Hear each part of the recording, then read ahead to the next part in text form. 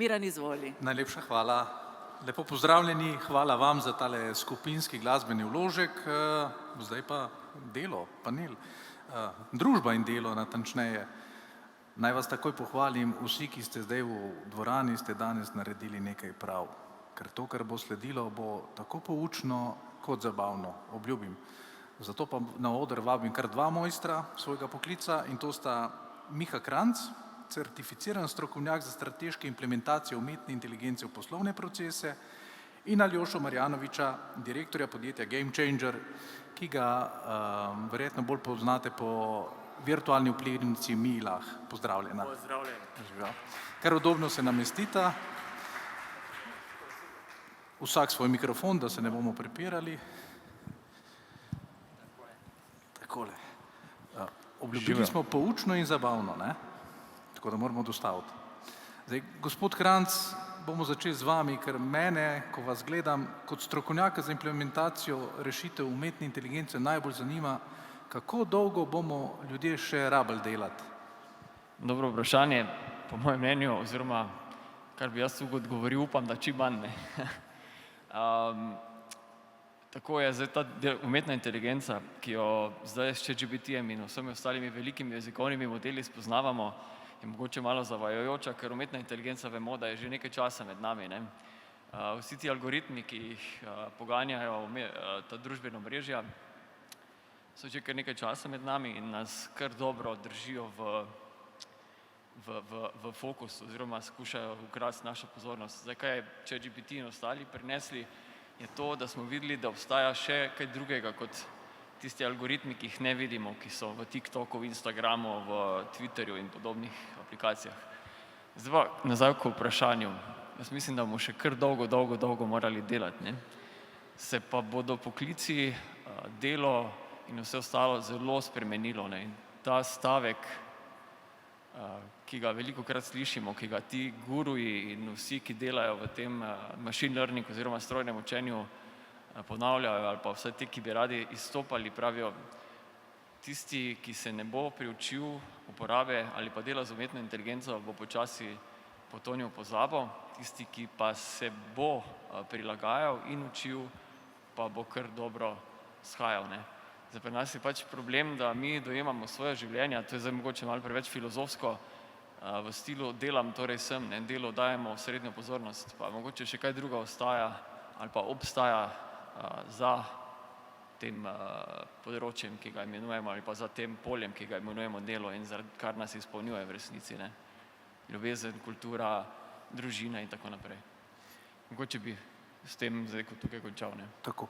Pa če so lahko bolj konkretna, recimo kar na mojem primeru, da bo najbolj transparenten.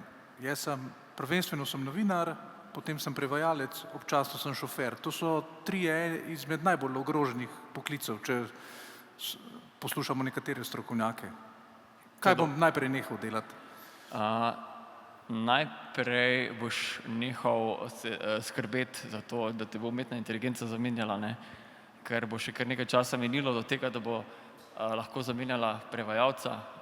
Prevajalstvo sploh, ko govorimo o podreprezentiranih jezikih v teh velikih jezikovnih modelih, kar slovenščina recimo je, veš, da boš moral veliko sebe dati noter, pa veliko svoje ekspertize zraven, da bo besedilo takšno, kot je, sprejemljivo, slovnično pravilno, kontekstualno pravilno, semantično pravilno, ne. In tukaj umetna inteligenca, sploh ko govorimo o slovenščini, je še daleč od tega, da bi lahko konkurirala pravim prevajalcem. Kar se pa šoferjev tiče, 40-tonski tovornjaki vozijo po naših cestah, ne. Ena napaka algoritma je dovolj, da se 40-tonski tovornjak razbije po cestišču in ta inertna sila jo je zelo težko ustaviti, razen z nekim betonskim stebrom, vmes so pa lahko avtomobili, pešci in tako naprej. Tako da, če se recimo na šoferje navezujemo, to, kar dela Elon Musk s svojo Teslo in s tem programom samostojne vožnje, pa avtonomne vožnje 5. stopnje, smo še zelo daleč. In veliko energije bo potrebne in veliko računske moči, ki je trenutno človeštvo še ne premore. Mar vi opravljate kakšne analize, kako umetna inteligenca spreminja naš odnos do dela in ustvarjalnosti, pač za nas, ki jo že uporabljamo? Smo zaradi tega mogoče bolj leni, imamo manj domišljije? Spreminja odnos do dela predvsem o tem. Jaz veliko delam v podjetjih z zaposlenimi, to, kar je prej že gospod Delacorda povedal, ne, ta dvostopenjski pristop. Najprej je treba opolnomočiti zaposlene ali pa izobraziti zaposlene, da vejo, zakaj gre, ker jih je veliko strah, in predvsem spreminja se ta odnos do dela, ker se veliko ljudi, ki se srečuje s tem na nekem ljubiteljskem nivoju, sprašuje, joj, kaj pa, če me bo zdaj res zamenjala, saj mail zna tako dobro napisati, kot ga jaz napišem, ali pa še boljše, premore več empatije, mogoče premore več neke ekspertize navidezne v jeziku, ne zna pa globoko poseči, ne. Lahko povem to, recimo, zdaj trenutno ti modeli so na ravni 5-6 letnika, kar se kognitivnih sposobnosti tiče, čeprav dajejo vtis, da so vse mogoči, sposobni vsega hudiča, ne, pa niso. Kaj pa mi kot družba razumemo vpliv umetne inteligence? Ali mislite, da preveč slepo zaupamo orodij, katerih delovanja sploh ne razumemo? Ja, kot družba se delimo na dva pola, tako vse jaz to dojemam, ne, v delavnicah pa to, kjer delamo. Tisti mlajši del zagrabi, sploh ne razmišlja, kaj je, ta starejši del je pa zelo analitičen in zelo previden pri tem, ne. In starejši so tisti, ki v bistvu imajo več izkušenj in vidijo mogoče malo naprej, malo dlje od tistega, kar jim umetna inteligenca lahko v resnici ponudi, in so dobri, kako bi rekel, gatekeeperji, kako se to reče po slovensko? Stražarji, ne, naših sposobnosti, naše kognicije, našega intelekta, ker mogoče še ta en tak trivialni podatek, ne. Naši možgani imajo, ne vem, 50 bilijonov nevronskih povezav, ChatGPT ima v parametrih, če dajemo neko vzporednico, 1,2 bilijona, ne, se pravi, mi smo 50-krat sposobnejši ali pa več kapacitete imajo naši možgani kot najbolj sposoben veliki jezikovni model v tem trenutku na trgu, ne. Pa vseeno se bojimo tega.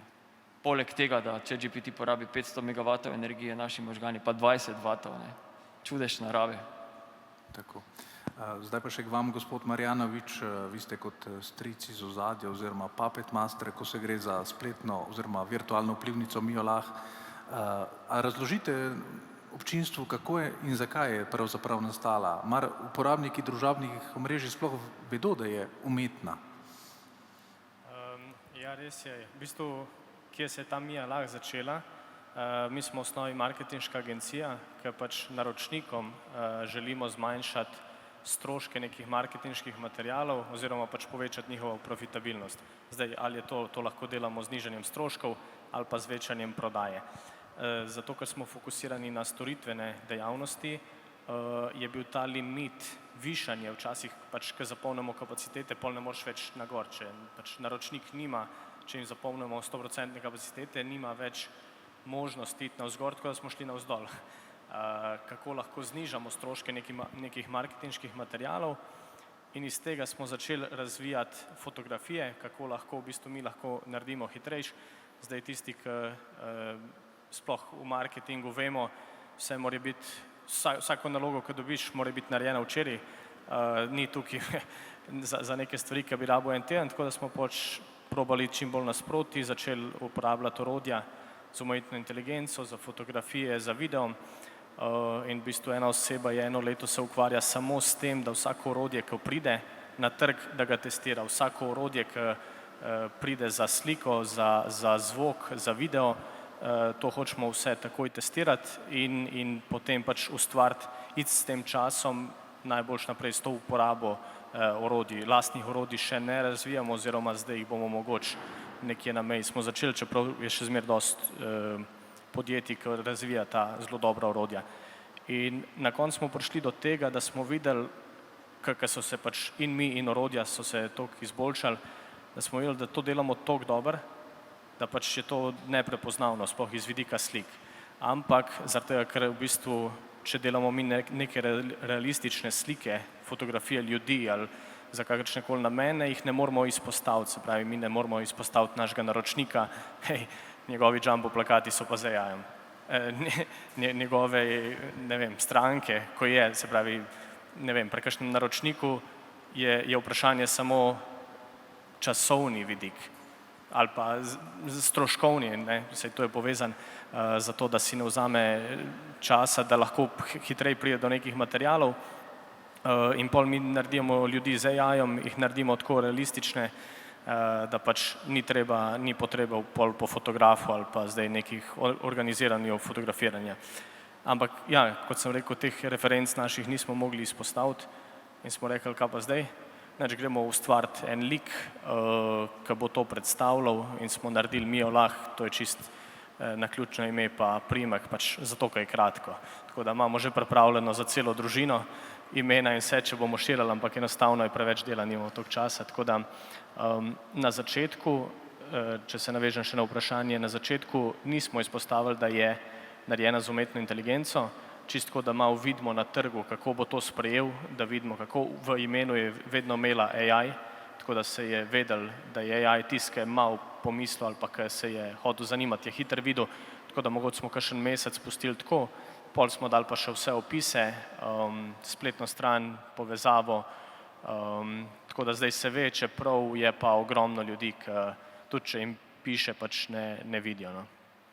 Ker imate edinstven pogled v tale svet trženja, kako uporabljajo umetno inteligenco na področju marketinga vi kot marketinška agencija, ki hodite po tehnološkem robu in vaši naročniki, recimo podjetja, taki so že prepoznala mogoče prednosti in unak še niso. Kolikšen recimo delež pri vas opravil že postori umetna inteligenca in koliko v podjetjih? Še zmer je, mislim, da nismo še tam, ko bi čisto umetna inteligenca zamenjala. Zdaj, mi smo fokusirani najbolj na te fotografije, video in zvok, se pravi ta vizualni del, audiovizualni del. Tako da ja, zdaj spreminja se, mislim, da če dalje boljše ratuje, čeprav dostikrat pa vidimo tudi zdaj pri novih povpraševanjih, mi bi to naredili z umetno inteligenco, ampak se še zmeraj bolj splača delati ročno. Tako da tukaj moramo videti, moramo oceniti, kdaj ima to smisel. Ne, da ne gremo z glavo čez zid, zato ker umetna inteligenca to ne pomeni, da je boljše, to ne pomeni, da je hitreje, to ne pomeni, da je ceneje. Zdaj moramo mi videti, kje nam otehta, kje nam prinese največjo dodano vrednost, koliko časa mi to rabimo, da to ustvarimo.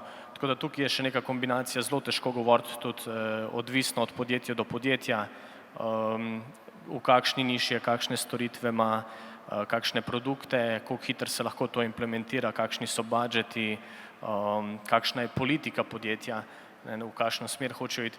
Tako da to je zelo še širok spekter. Mislim, ena podjetja so, pri enih podjetjih smo v bistvu čist zamenjali neke fotografe, modele, statiste, nimajo niti enega več, ta pravega, pri drugih pa v bistvu skoraj da ne uporabljamo. Je pa še zmeraj vse po starem. Kaj pa rezultati? Mar Mija Lah pa njeni drugi virtualni vplivneži že spreminjajo naše nakupovalne navade in družbene vzorce?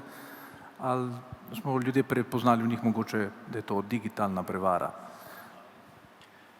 Ja, zdaj spreminjanje nakupovalnih vzorcev je kar močna beseda, bi rekel, tako da zdaj AI se lahko v marketingu uporablja na več načinov oziroma zdaj Mija sama po sebi ne služi, ona pač je zato za promocijo našega podjetja, lastnega, zato da mi v bistvu na njej se učimo, kaj delamo, tako da pri nas v bistvu, če mi naredimo nekaj dober, mi naredimo, tudi mislim, da ima Mija danes trenutno, da je v živo na eventu, vsaj na njenih storijih.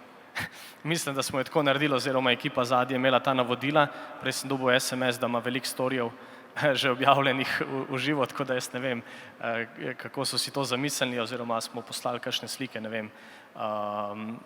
Ampak, če se nanašam na to, spreminja neke nakupovalne navade, prvo je, da mi z umetno inteligenco lahko naredimo zelo velik awareness. Se pravi podjetjem, kjer je važen nek branding oziroma samo prepoznavnost, kjer naprimer je neka pekarna, tukaj zdaj če noben ne ve za to pekarno, nima niti veze, ne, ali to, se pravi, tudi če nek AI lik promovira to pekarno, bo pač, če bo ta video imel milijonske oglede, zdaj vsi bodo vedeli za to pekarno. Zdaj, govorimo iz vidika tega, da kar enkrat vidiš, kar enkrat slišiš, pol ne moreš več ne slišati pa ne videti. Tako da to je ena stran, druga stran je pa na konverziji, kar pa pomeni to, da se dobiva neko kredibilnost. Zdaj tukaj je pa spet malo drugače odvisno, ne, če se spromovira ponudba, to komot spet naredi oseba z umetno inteligenco in tudi če vsi vejo, da je to narejeno z umetno inteligenco, ni problema, ne, ker se pač skomunicira neka vrednost, ki je neka posebna ponudba. Zdaj, če bi šli pa na nek social proof oziroma na neke testimoniale, to je pa najboljša voda, ki sem jo pila, to je pa malo drugače. Tukaj pa se po mojem zgubi tale kredibilnost oziroma ne bo toliko spremenila te nakupne navade. Kako je pa z odgovornostjo ustvarjalcev teh digitalnih likov? Ali oni odgovarjajo zanje? Z odgovornostjo za te digitalne like, recimo, če vi vašo Mijo Lah ne vede vam kdo potakne, da promovira lažno ali pa prevarantsko spletno stran, ste pol vi odgovorni? Zdaj, mi drugi ne morajo poustvariti, mislim, konec koncev bi jo lahko, ampak konec koncev lahko mi poustvarimo kjerkoli od nas. Tako da tudi testi se delajo na meni, tako da jaz sem že v digitalni obliki, se pravi, se dajo določeni zapisi podatkov, zdaj za Mijo imamo neke določene kode, da jo iščemo. Iz vidika odgovornosti jaz vedno sem zagovornik tega, da je pač posameznik odgovoren za to. Se pravi, mi smo odgovorni za to, tudi kaj bomo promovirali, na kakšen način bomo promovirali, kako odgovorno se bomo obnašali. Čeprav ja, to sem že ene parkrat povedal, da na koncu pridemo do tega, ali je dober produkt ali pa dobra storitev. Tukaj je glavna razlika, ker tudi če jaz plačam Miho, da promovira slab produkt, je po mojem mnenju slabš, kakor če AI promovira dober produkt. Ne, mi moramo vedeti, da na trgu je ogromno slabih produktov in ogromno podjetij da več na marketing, kakor pa na razvoj produkta. Več se daje na embalažo, kakor pa na to, da bi reševali nek problem, dejanski problem, ki obstaja. In tukaj si tudi želimo s tem, da bi lahko se podjetja fokusirala bolj na razvoj storitev, na izboljševanje svojih produktov, kakor pa na nek marketing. Tako da ja, odgovornost je, mislim, da v vsakem primeru na posamezniku, zdaj ali gre to za AI osebo, ali gre to za osebo, ki promovira neko storitev. Gospod Krajnc, zanima vas še vaše strokovno mnenje. Ali menite, da umetna inteligenca ustvarja oziroma spodbuja bolj vključujočo družbo ali še poglablja razkorak in razlike med ljudmi in podjetji, ki jo uporabljajo in tistimi, ki jo ne? To je dobro vprašanje in se mogoče tudi navezuje na tisto, kar sem prej rekel. Tisti, ki se ne bo ali pa se bo upiral temu, da nekako začne ta proces opolnomočenja, jaz ne govorim izobraževanja ali pa razumevanja umetne inteligence, ker je nemogoče razumeti, ampak ki se bo izogibal opolnomočenju svojih veščin ali pa nadgradnji svojih veščin z umetno inteligenco, bo nekako zaostajal. Bi pa mogoče se bolj na to navezal, razkorak je že zdavnaj viden. Velika ameriška podjetja, korporacije, umetno inteligenco že več kot 10 let, mogoče celo 15 let imajo v svojem poslovnem modelu, analizirajo podatke. Zdaj, z pojavom velikih jezikovnih modelov se je vse to bolj razgalilo, naredilo bolj dostopno ali pa povzročilo je samo to, da je postala umetna inteligenca bolj dostopna, da smo se začeli pogovarjati na vsakem koraku, ne tako kot včasih o Bitcoinu, ko je prišel ven pa je začel rasti, ko je vsak bil strokovnjak za Bitcoin. Je pa dejstvo, da je to nova normalnost. Jaz samo, koliko se pač pogovarjam z tistimi, ki so bolj na strateškem nivoju, se bo veliko hitreje ta adaptacija na novo normalnost zgodila, kot se recimo z drugimi tehnologijami, elektriko, računalniki, internetom in tako naprej. Računalniki so potrebovali 30 let, da so prišli v mainstream, da smo jih začeli vsi ostali tudi uporabljati. Z internetom je tudi bilo nekaj podobnega. Internet se je pojavil v 80-ih letih, pa smo šele konec prejšnjega tisočletja začeli v bistvu masovno uporabljati. Ne. Mogoče bi pa še tu en drug vidik dal zraven. Ne. Družbena omrežja, pa mogoče ne povezano s tem vprašanjem, družbena omrežja so čisto počasi začela, ne bom rekel uničevati družbo, ampak povzročati neke razdore. Mladi jo bolj uporabljajo in pri mladih zdaj opažamo hude kognitivne, bom ne samo kognitivne, ampak hude težave, ne, psihične, oziroma mental health, se pravi v duševnem zdravju. Ne. Zdaj se vsi pogovarjamo o tem, kako nas bo umetna inteligenca zamenjala, pa kaj je groznega, ne, ampak umetna inteligenca nas je že v bistvu nekako razklala kot družbo. Tisti, ki je ne uporabljajo, pa ki družbenih omrežij ne uporabljajo, so v bistveni prednosti, ko niso takšni uporabniki ali pa konzumenti teh vsebin, ne, kot tisti, ki jih, ne, mladi imajo grozne težave, pozornosti, paničnih napadih, kot smo prej slišali, ne. Tudi Matevž na začetku je zelo lepo to poudaril, ne, ko je pogledal vredovalnico. In če se vrnem pa spet nazaj, razdori bodo, ampak predvsem zato, ker nekateri bodo to uporabljali na nepravi način. Ne. Ravno prej sem bral eno študijo, ker razvijamo en poseben model za pomoč psihoterapeutom, da je med mladimi 4 od 5 mladih se zateka k ChatGPT-ju po pomoč za mentalno zdravje. Ne. In vemo, da ChatGPT daje skrajno slaba navodila ali pa priporočila, pa odgovore. Ni strokovnjak. Ampak je mogoče bolj empatičen od sošolcev, staršev? Ja, boljše iti k staršu pa k sošolcu kot ChatGPT-ju, ampak zdaj so se mladi zelo hitro so se adaptirali na to novo realnost, ne. Domače naloge, vse, kar pač se študija oziroma šole tiče, se dela s ChatGPT-jem in tu kognitivna kapaciteta oziroma nastaja kognitivni dolg in tega mi nočemo, ne. Pa še mogoče bom pustil sogovorniku kakšno besedo ali pa kaj, da ne bom. Še eno vprašanje za vas, potem se pa vrneva gospodu Marjanoviču. Glede na to, da umetna inteligenca postaja vse prisotna, imate mogoče kakšen nasvet za naše občinstvo, kako se naučiti sobivati z njo? To zame? Za vas. Še enkrat, prosim. Glede na to, da postaja umetna inteligenca vse prisotna, imate kakšen nasvet, kako se naučimo sobivati z njo, da nam bo lažje? Ja, tako kot smo se, pa to je mogoče obrabljena fraza, pa ste že večkrat slišali, ampak s kalkulatorjem smo se tudi naučili sobivati ali pa z internetom smo se naučili sobivati.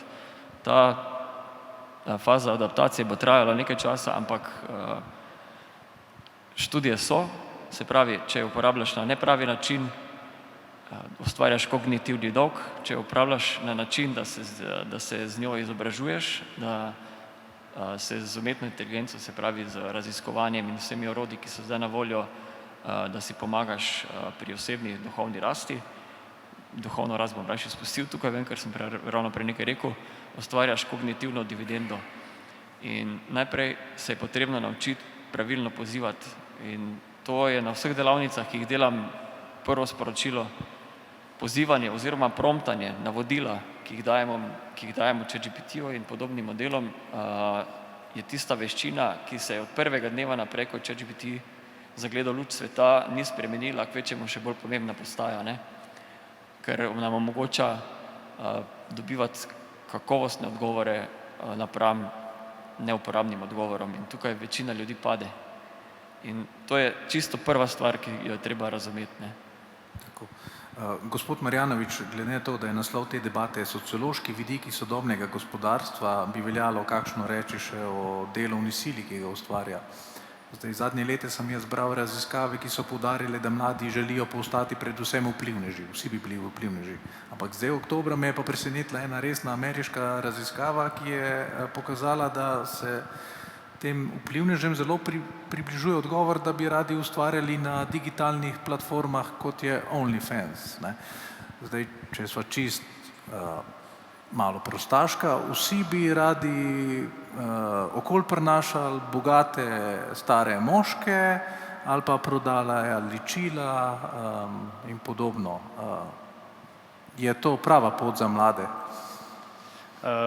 Ja, res je, s temi težavami se soočamo, tudi mi v tej industriji, oziroma itak vsak, ki vidi Mijo Lah, prvo, vi ste pa OnlyFans, ne, to je prvi nek pomislek, tako da ona nima nobenih od teh kanalov, niti ni bila ustvarjena, čeprav iz druge strani, po eni strani je tudi problem sigurno na mladih, ki hočejo to delati, ampak na drugi strani morajo biti odjemalci, ne. In tudi Mija nima lepega inboxa iz vidika, kaj vse je noter, kaj vse ljudje pišejo, tako da tukaj je neko ponudba, povpraševanje in ja, nažalost, veliko mladih, pa jaz bi rekel mogoče celo, zdaj ne vem, težko je procenti govoriti, ampak 80%, ki jih gre, ki se nauči to dobro delati, da dela mogoče na našem nivoju, hoče iti v to industrijo, da pač delajo nage fotografije. Res se da dobro narediti, res se da realno narediti. Tudi mi se soočamo s temi težavami z vidika kadra. Pač jaz že v Sloveniji poznam oziroma tudi iz ekipe mi pošljajo, to je AI oseba, ta oseba ni resnična. Jaz včasih vidim, včasih ne, ker je že toliko dobro narejen, ampak ene par ljudi, jaz bi rekel, da v Sloveniji nas je mogoče 5 ekip, ki delajo to na takem nivoju, pa bi rekel, da so ene 3 na OnlyFansu oziroma delajo s tem namenom, da postanejo neke modele naredijo in da pač na ta način monetizirajo svojo storitev. Mi smo šli kontra, mi smo šli pač v pomoč podjetjem, nekako verjamem, da je to boljše za družbo, ne vem, nekako nočem graditi kariere na tem OnlyFansu, mislim, da je dosti večja dodana vrednost za svet, če se to ustvari, zdaj denar je pa itak pač relativen, sigurno ga je verjetno tam več, sploh na začetku, ampak mislim, da se je za obe, če hočeš biti uspešen ali na eni ali pa na drugi strani, se moraš dobro potruditi, še zmeraj je disciplina, neka delo, neko dodana vrednost, še zmeraj moraš biti boljši na trgu. Tako da ja, iz vidika mladih, res je, hočejo iti na OnlyFans, imajo cilje in tudi pol je tukaj pri nas, se mi zdi problem, sploh glede na to, da iščemo ljudi, ki to znajo in že iz prve pove, moj cilj je delati na OnlyFans.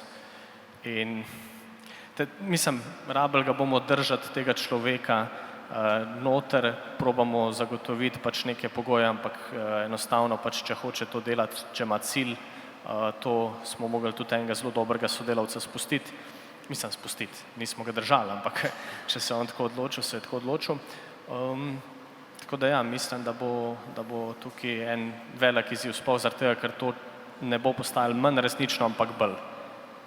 In že pri sliki smo na tem, da jaz ne ločem več AI-ja od resničnega, na videu pa je tako, no, jaz mislim, da je vprašanje mesecev. Ampak ker ste ravno omenili ponudbo, povpraševanje, ste mogoče kdaj naredili analizo, ne, se je zanimiva z vidika teh ustvarjalcev in upravljavcev digitalnih likov, bi več zaslužili, če bi se vaša Mija oziroma njena digitalna sestrična ali pa celo sestra, ne, slekla? Bi. Siguren bi. Mislim, tudi zdaj, če bi hotel Mijo monetizirati, mislim, da bi to v roku tedna, 2 lahko naredili zelo hitro.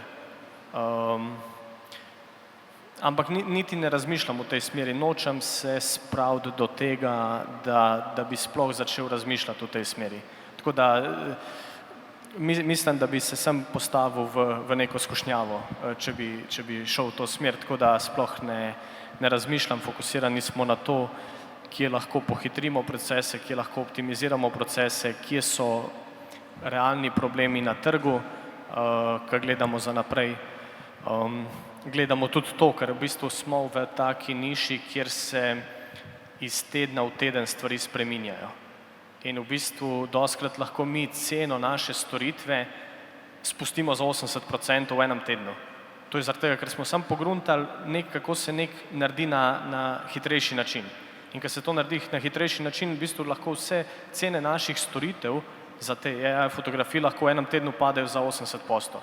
Potem je pa druga stran, ki pa mislimo, ok, to boš zelo lahko narediti in pač ta mesec sem imel 2 taka primera, ker sem mogel potegniti takratko, kjer naročniku rečemo, ok, vprašam je svojo ekipo, a se to da narediti, a bomo to lahko rešili z AI-jem, rečejo, ja, to bo šlo, se nekje zatakne in pol v bistvu je cena krat 5. Ampak, če smo se zmenili za fiksno ceno, pa če moram dati po isti ceni, ne, tako da pol naredimo malo minusa. Ampak zdaj je vse v neki obdobju testiranja, v neki fazi malo probavamo, tako da ja, bomo videli, kako se bo razvil naprej. No. Super, vso srečo. In ker smo že vstopili v zadnjih 5 minut naše debate, bi kar vama dal malo več prostora in časa za zadnji odgovor. In zadnje vprašanje za oba bo enako, bi se glasilo, ker oba dva dnevno delata z umetno inteligenco, je na tem področju kaj takega, kar vama po noči ne pusti mirno spati? In kaj bi bilo to? Meni ne pusti mirno spati po noči samo to, da bi rad hitreje spravil v podjetja rešitve, ki jih razvijamo. Zdaj, prej sploh nisem o tem govoril. Recimo, kaj je v recimo večjih podjetjih, ki imajo customer support oziroma podporo strankam, ne?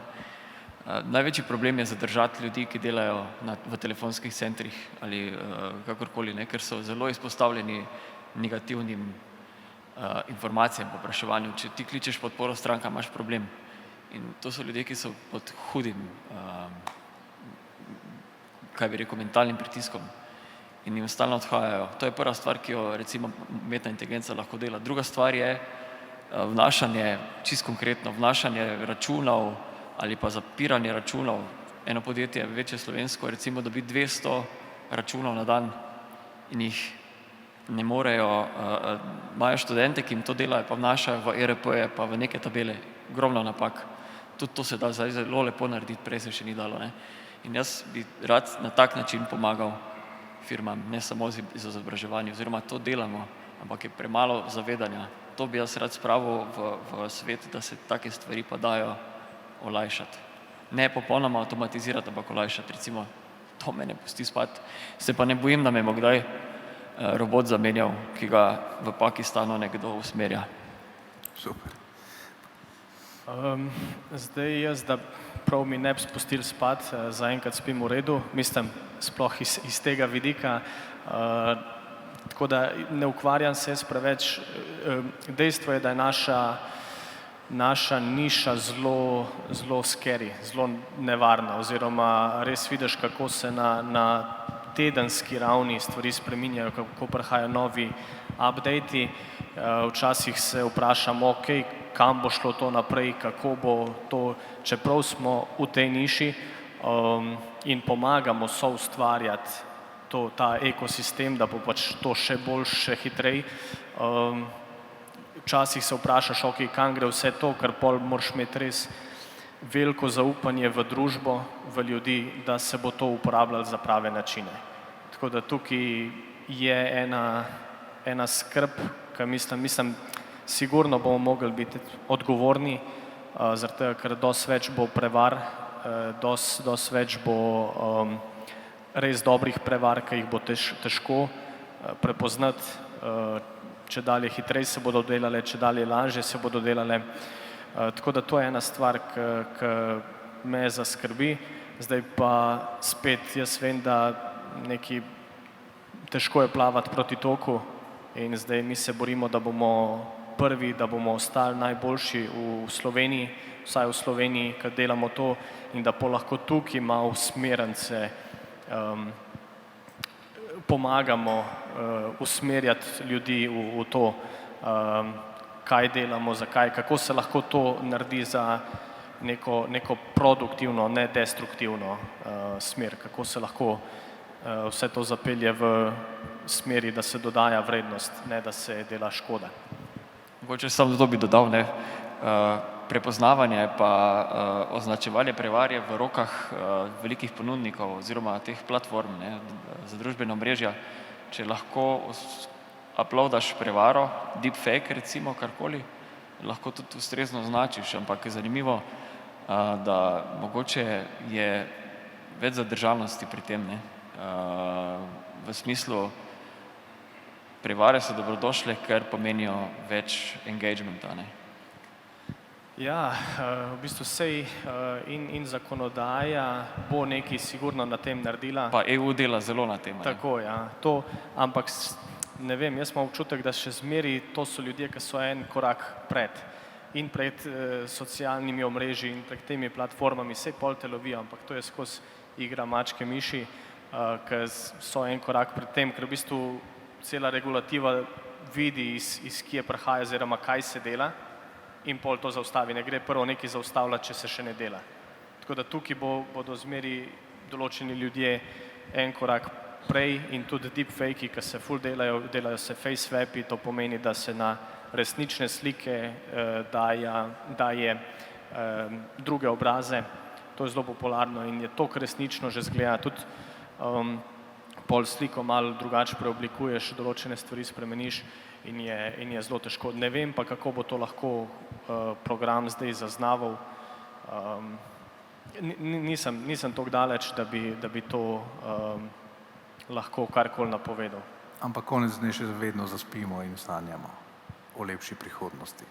Najlepša hvala za vaša odgovora. Smo odgovorili, je bilo poučno in zabavno. Je bilo. En aplavz prosim in še en panel je pod streho.